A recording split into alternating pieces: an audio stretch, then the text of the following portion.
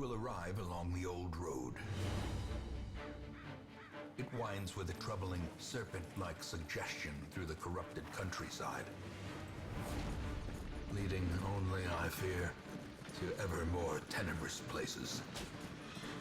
There is a sickness in the ancient pitted cobbles of the old road, and on its writhing path you will face viciousness, violence, and perhaps other damnably transcendent terrors.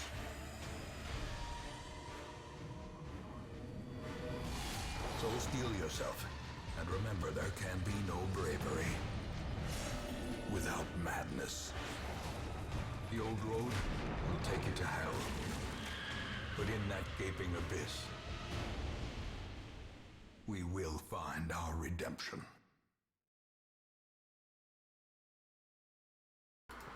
Yeah, how's that for an intro? Beats the hell out of anything I would have said. Alright, so probably everybody who's watching this is familiar with this game. If you're not, it's Darkest Dungeon, developed by Red Hook Studios. It is a very, very cool looking and sounding turn-based strategy game.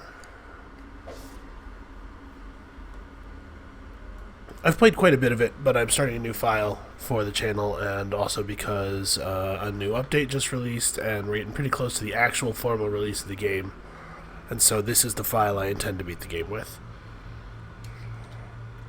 So if you're not familiar, what we do is we take a party of adventurers. Here are two adventurers who are in the thing when it crashed. Carriage when it crashed. Why couldn't I think of the word carriage?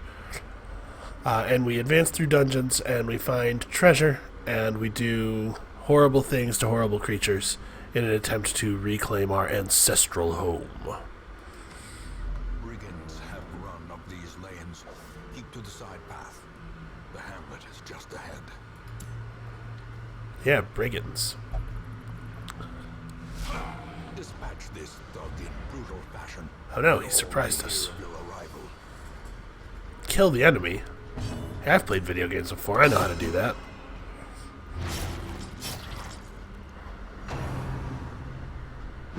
So, as you can see, some turn-based combat here. Each of our heroes has 4 abilities equipped. We're just going to smash this guy real quick.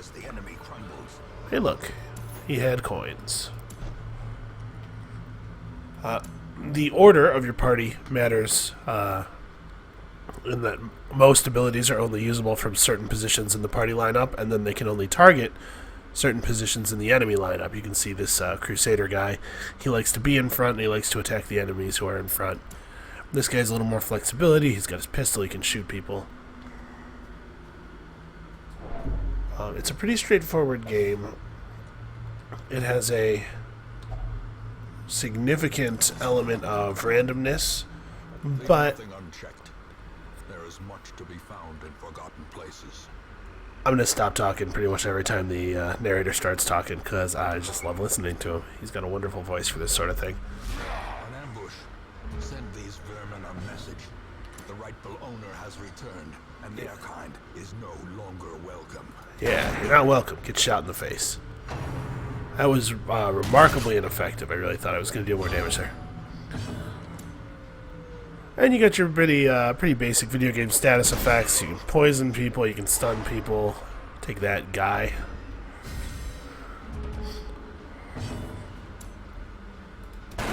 There's a lot of procedural generation. So a lot of the game is about learning how to cope with the variation. There are some people who say that this game is very difficult. I don't really think that it is, and I'm hoping that maybe this series will help some people get a hold of some strategy that they missed out on, make the game not feel quite so overwhelming for them. We'll actually talk a little bit about strategy once we're unless inordinate exsanguination be considered a virtue. Yeah, we're going to talk about strategy a little bit once we're actually in a place. Hey, that chest is trapped. What happens if we touch it? Oh no, it's trapped and we get poisoned. Okay. So, there's tons of those objects. The game calls them curios, just scattered around the dungeons.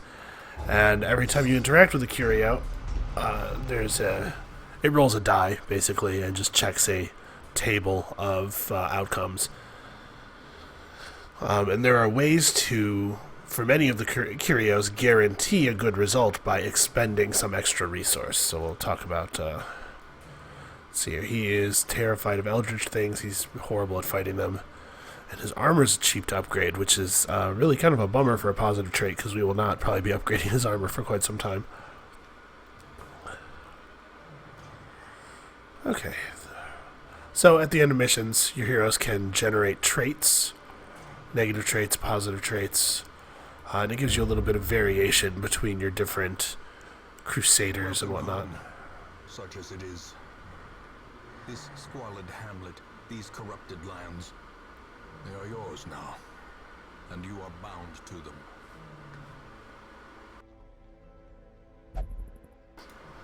So the game is currently in early access, but all of the systems are in and complete. Really, the only thing that's missing at this point is the ending. So we're just going to kind of build our little hamlet in the direction of being stronger. Yes, I know how help menus work. Because we don't actually know exactly what has to be done to get to the ending once it does exist. But the very first thing you want to do... Soldiers and outlaws, fools and corpses, all will find their way to us now that the road is clear. Well, I hope that the stagecoach isn't bringing in just actual straight-up corpses. That would seem to be a terrible waste of our time.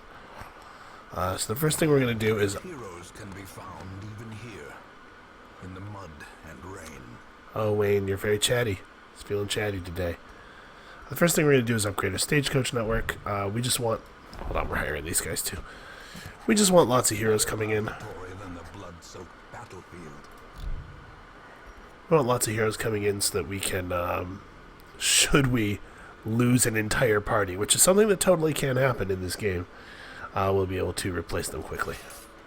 Most will end up here, covered in the poisoned earth, awaiting merciful oblivion.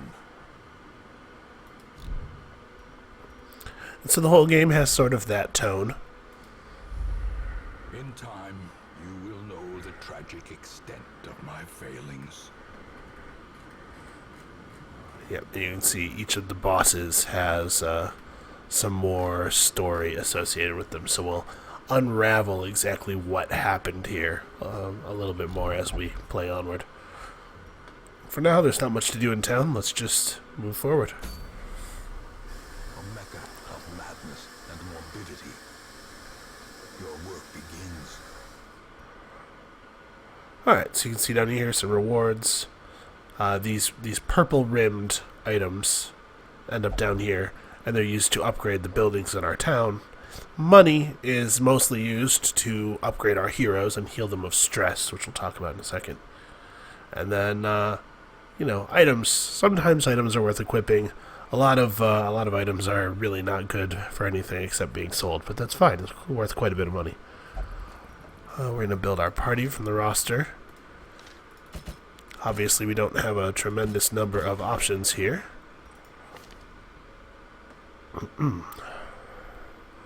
So it's important to position your people correctly. I think this is part of the game that's pretty self-explanatory.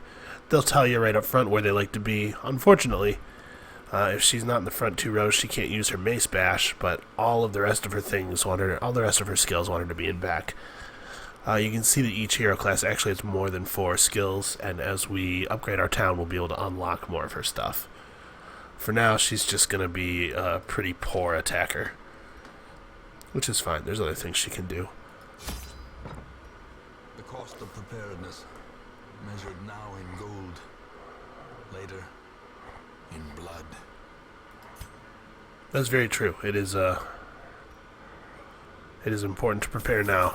We can always get more gold, but losing a hero is a real bummer.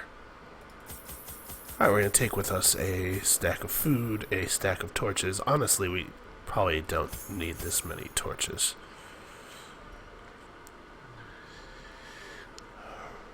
Do we want anything else? I'm going to bring a key and a shovel and some holy water. And that's just because I have a little bit of foreknowledge of the kinds of things we're likely to see in the ruins.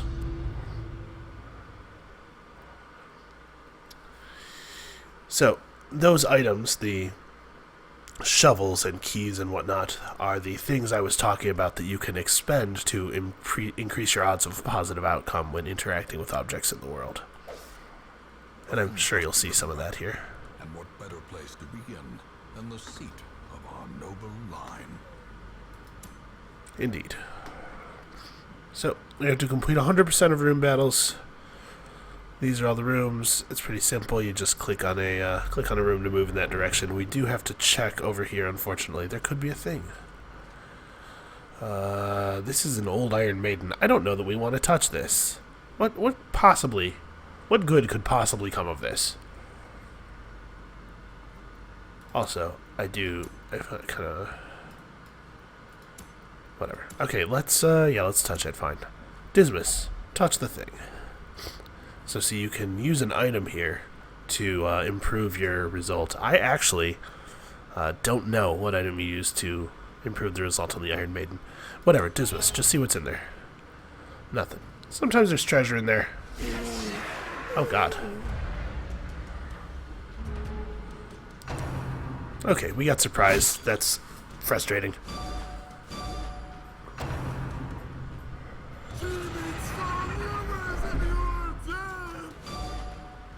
This is a new type of enemy I've never seen before. He must have been added in the patch. The Madman. Well. As you can see here, there are two health sort of resources. There's HP, which if it gets expended can kill your hero, obviously. That's pretty bad. But there's also stress. If your stress meter fills up all the way, your hero will have himself a little nervous breakdown. And that can have all kinds of negative consequences. And also, it's likely to freak your other heroes out a bit, and you certainly can get into a situation where there's a horrible chain reaction and one hero losing their mind kills your whole party. So it's very important to manage your stress. The other reason it's important to manage your stress is that hit points are refilled to full at the end of every mission for free, but your stress is something you're going to have to cope with. Using actual resources, mostly gold. Alright. Our Plague Doctor doesn't really want to be in this position, but if we move him backward now, then on the Vestal's turn, she's going to be in front, and she also would rather move backward. So I think we're going to let her shift back first, to let her get into healing position, and this guy can totally stab people. Ah, that's fine. I resisted the bleed, though.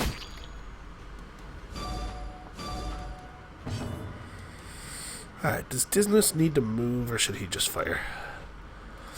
You know what, actually, we're gonna have him jump way out in front here.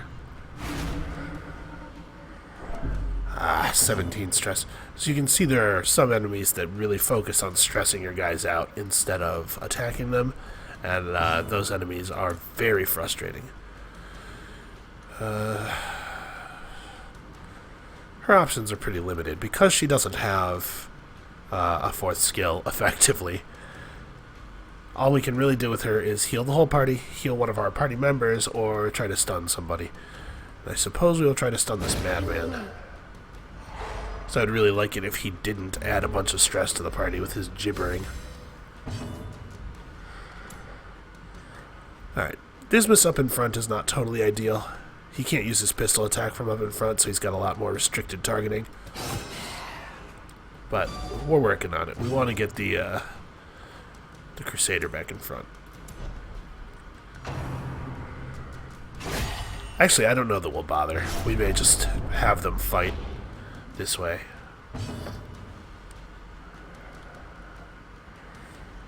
Let's stun you. Every time you stun somebody, they get a short stun resist buff to prevent you from just stunning the same enemy over and over again, locking them out of the fight.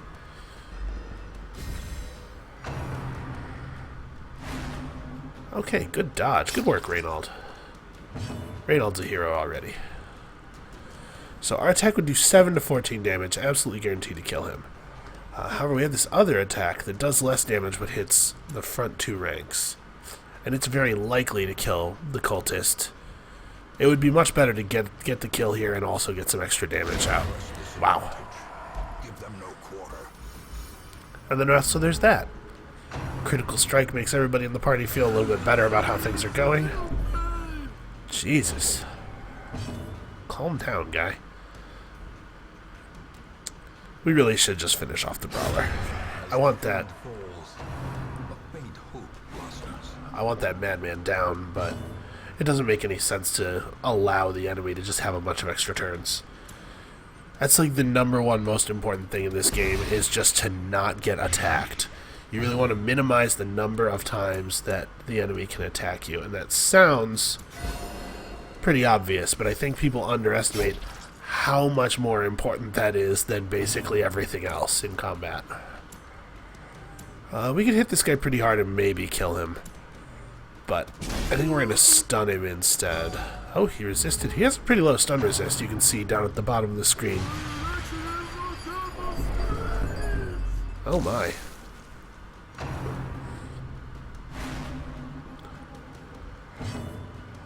These two aren't very dangerous physical combat wise, but they really are laying on that stress.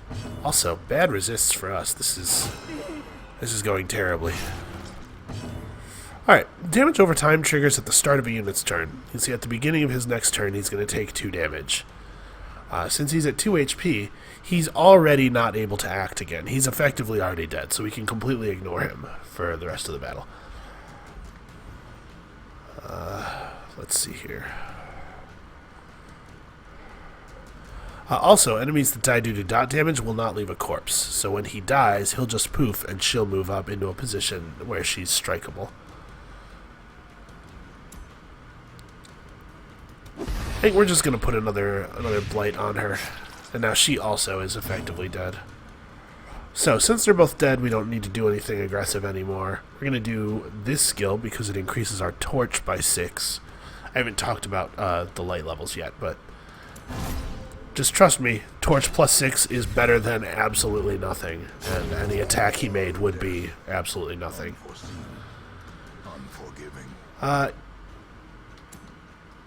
He doesn't have a meaningful skill, really, to use that does anything other than fight, so we'll just go ahead and take a swing with him. This guy has a heal that will also remove the bleed from our Crusader, so we'll do that. That's useful. Yeah. Okay, so that was a real bummer. We took a lot of stress there, man. That's going to be expensive to fix. But fortunately, they dropped a lot of items. Makes some value there. Oh. There are traps everywhere.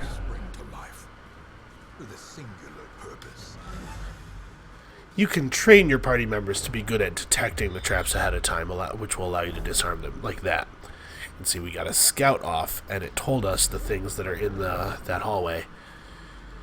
The purple one that kind of looks like a spider web in the middle there is a trap, and since we know the trap is there due to our scouting, we'll be able to interact with it before it goes off, giving us a chance to disarm it. I should really fix my... Let's not walk around with the people in the wrong order, shall we? Oh, wow. So the madman put a debuff that's going to last the entire mission on our highwayman here. That's kind of a bummer. Oh, people are hungry. So every once in a while, people get hungry. You have to let them consume food, which will regain a little bit of health, or you have to eat nothing and take damage plus a bunch of stress for starving. It's really important that you not take stress damage for no reason.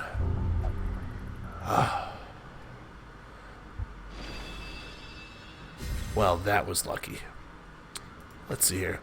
Lovell has a negative trait that forces him to interact with stuff without being able to use items on it. In this case, it worked out, but usually the outcomes of that will be pretty bad.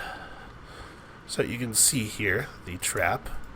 Everybody in the party has a trap disarm chance. Highwaymen have very high disarm chances. And successfully disarming the trap has healed some of his stress. Ah, what the hell, let's check this thing. You have the lowest stress, you touch it. Yep, that's pretty bad. So you can see what I was talking about. A lot of the things have a pretty negative outcome if you don't use any items on them. So up here we have our light level.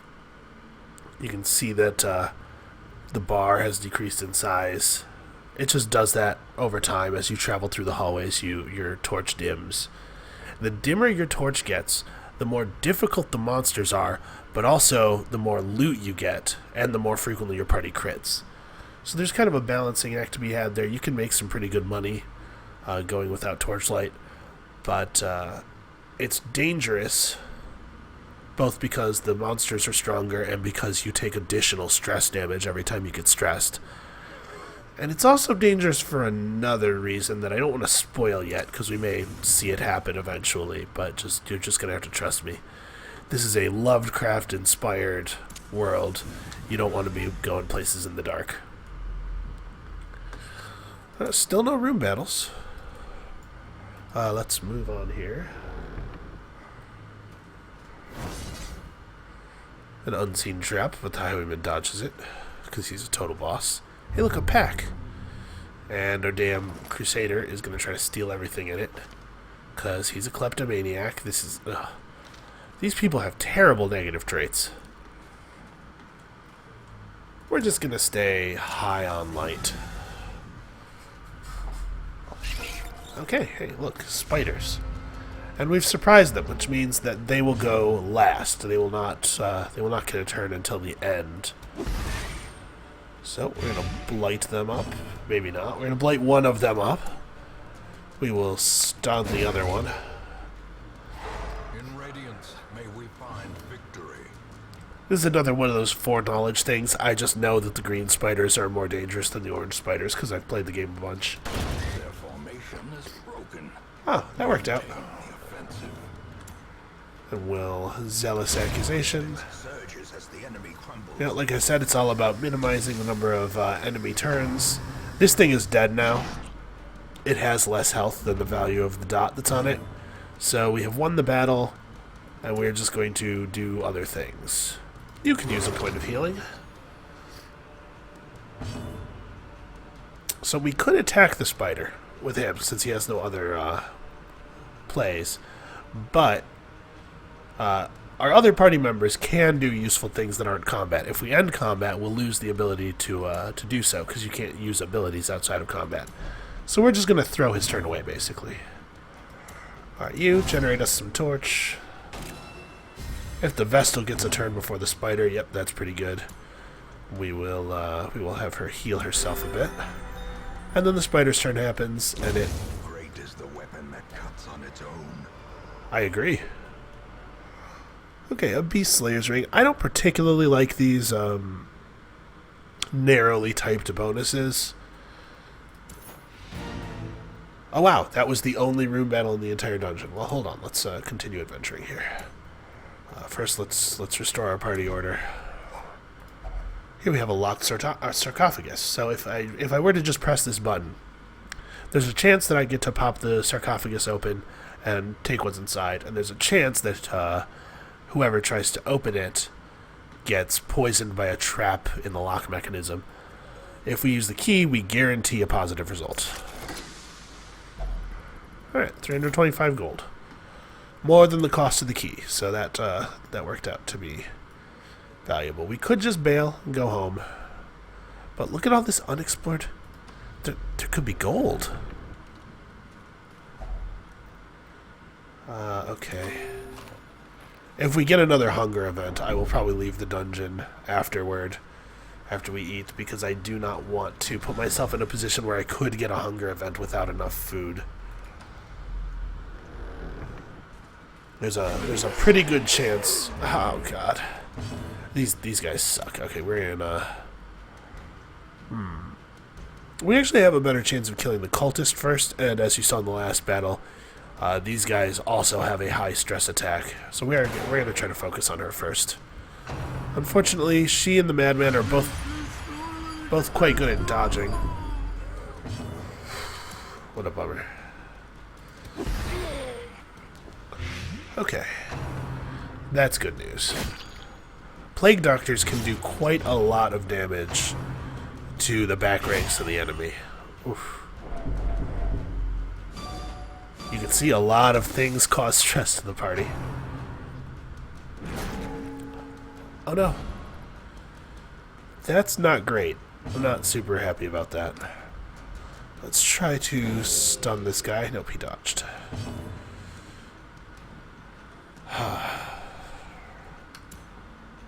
We're going to stun one of the brawlers. Again, we're just trying to limit the number of times we get attacked. That's frustrating. He can't hit the back rank from the second row. I think what we're going to do then is buff the highwayman.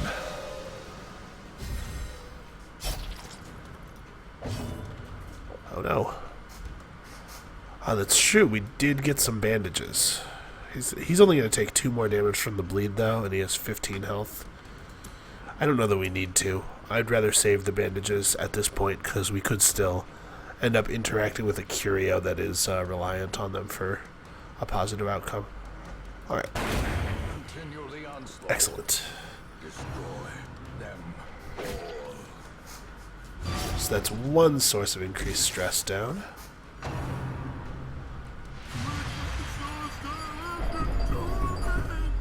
Oof. Apparently, though, you really gotta focus on these madmen. He is killing us. Alright, we're gonna stun the other brawler, because, again, the stun resist buff. We're just gonna trade stuns on them for a little bit until we can get this madman situation under control.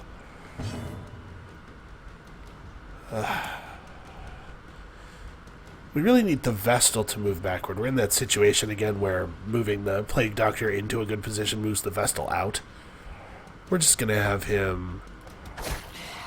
Oh wow, that was actually quite a lot of damage. Unfortunately, the bleed is not sufficient to kill it before it acts again, so it's going to get to attack us one more time.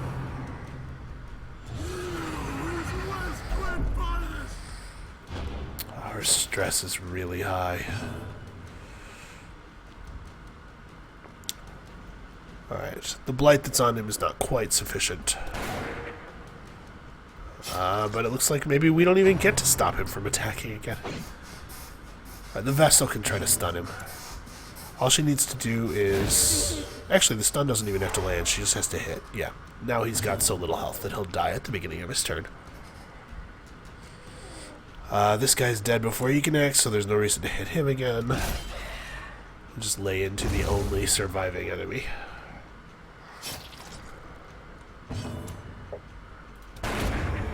Okay. Slowly, gently. This is how a life is taken. We're gonna have him heal himself and remove his bleed.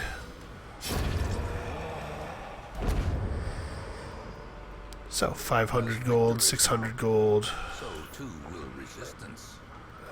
Not too bad of a haul overall, but I have to say, stress levels are getting to be a little bit unacceptable. She's gonna freak out in a minute here. That being the case, is it even worth continuing? Yeah, it still is. We're gonna have to spend the gold to heal her stress no matter what we do. Stack of books. Yeah, sure. Let's flip through the volumes. Who's got the lowest stress? Alright, Reynald. What the heck?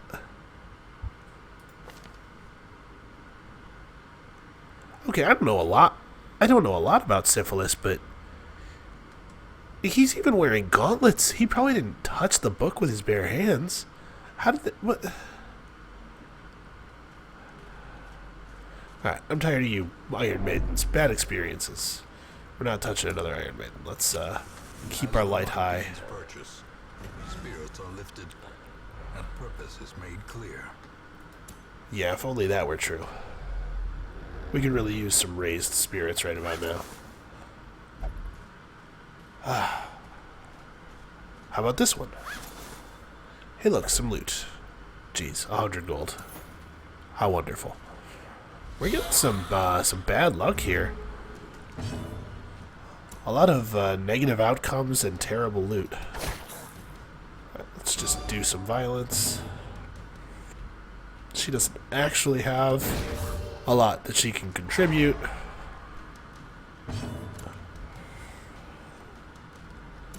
Let's see, what are the odds that you just outright kill him? Not great, but we'll try it. Okay, we got there. So we managed to finish that combat without actually taking any attacks, assuming we don't miss the skeleton. Okay. Brought low and driven into the mud. Yep, that's what happened.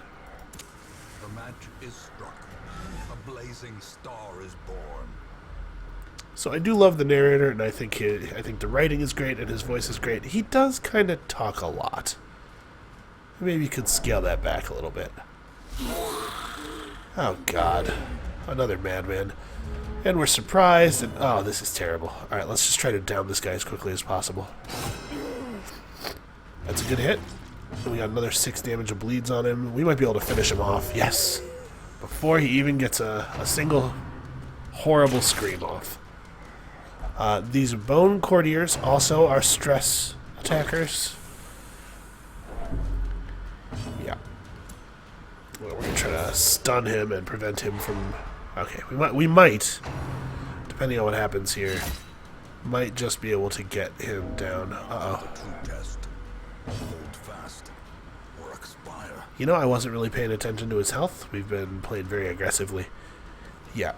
So when they go to 0, they don't just die. They go into a state where damage can, but won't necessarily kill them. So next time he gets hit, he might die, or he might decide that he's going to go on living. We'll see what happens. We'll see what happens right here. Oh. Another life wasted in the pursuit of glory. Gold. That's like a really bad time for that dialogue box to come up. Yep, so our Vestal's stress has ticked over 100. She has become paranoid. And that basically just means she's going to be a huge jerk to everybody all the time until we get out of here. We are going to heal our highwayman. And let us do some horrible, horrible damage. Terrible, terrible damage. We've put ourselves in a bit of a position now. With the front 2 ranks filled with the corpses of our enemies, we don't have the ability to directly attack the surviving enemies anymore. This is partially due to the surprise and partially due to poor play on my part. We would have a lot more options if we hadn't lost our Plague Doctor to me not caring about his health. So what we're going to do here is switch Dismas into a position where he can fire his pistol. Yep, paranoia. And see, they're all freaking out because she's freaking out. Zealous Accusation will destroy one of these corpses and do enough damage to destroy the other one as well. It's fortuitous. And you see, now that these enemies are so close to the front lines, they no longer have their best attacks available. So that benefits us tremendously. Obviously, skeletons are immune to bleed effects, because how would that even work? Alright, Zealous Accusation will kill the courtier, put some damage onto the arbalest. We'll try to stun him. Preventing his attack is an effective heal of more than her healing skills are actually worth. Unfortunately, she biffed the... Oh, that's right, he can't actually use his good attack, so that might not have been true anymore. But if she hadn't biffed the stun, she would have prevented 4 damage, which is as good as healing 4 damage. Ooh, another trinket. infant pride precipitates a dizzying fall. Now this trinket I actually really like. We'll figure out where we'll... It might even be worth putting it on Reynold right away. I don't know. We'll see. We'll hold on to it for now. Even the cold stone seems bent on preventing passage. So these rubble blockages are really, really bad to run into if you don't have a shovel. It is always good to bring shovels to missions. Alright, let's see if there's any treasure in this last room.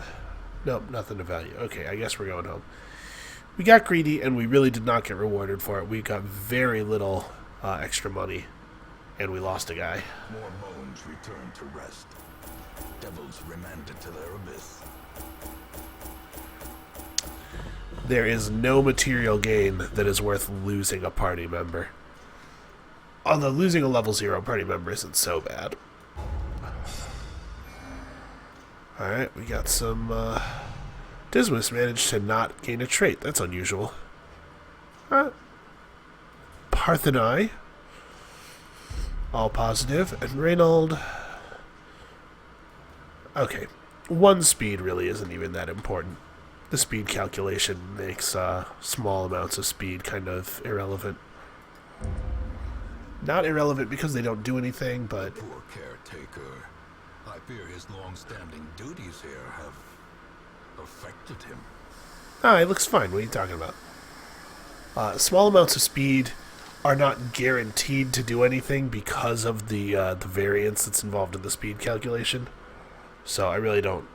Small bonuses or penalties really aren't even worth worrying about, I think. So you can see now we've opened up the 2 stress relief buildings. I'm sure the game's going to pop up a thing. The pews set straight. The abbey calls to the faithful. Yeah. So we can take our stressed out party members and place them into these slots and pay to have them treated for stress. And different activities can have different side effects, as it mentioned there. Every time you do one of these stress relief activities, there's a chance that an event will occur. Before we do anything, let's upgrade. We'll upgrade our transept. Make it cheaper, make it more effective. Icons and dogmatic rituals. For some, atomic against the bloodshed. Alright, so you can see 1,000 gold, not an inconsiderable amount relative to our total treasury. It's important to manage stress in dungeons so you don't have to do this too much. Curtained rooms promise solace to the weary and broken alike. Oh, what's his problem? He will only pray for stress relief, and the prayer activity is full. I should have really have looked at that before. I guess Reynold, you're just going to sit in town idle and not do anything. Dismas, you want to get real drunk? Okay, that's what I thought. They won't let him in the gambling hall. Why not? He's a cheat. Well, fortunately, that's not too much of a bummer. Tonight we are still alive. You know, most of us. Alright. Ooh, an abomination. This is the new class that was added in the update that just happened. I've never played with one of these before. So he turns into a werewolf or something, right? Yeah, he has a beast mode. And then he has all of his attacks unlocked. It looks like these ones are the beast mode attacks and these ones are the human mode attacks. It's very interesting. So in beast mode he wants to be in the front of the party, and in human mode he kind of wants to be in the middle. So this guy is a second rank sort of fella. Tortured and reclusive. This man is more dangerous than he seems. Alright, we don't have the resources necessary to upgrade our stagecoach anymore. I wouldn't upgrade the network, but I would like to upgrade my barracks. You can see we're getting close to having a full roster already. We probably don't want to send Reynold out again. He's in terrible position, or terrible condition, so probably these 4.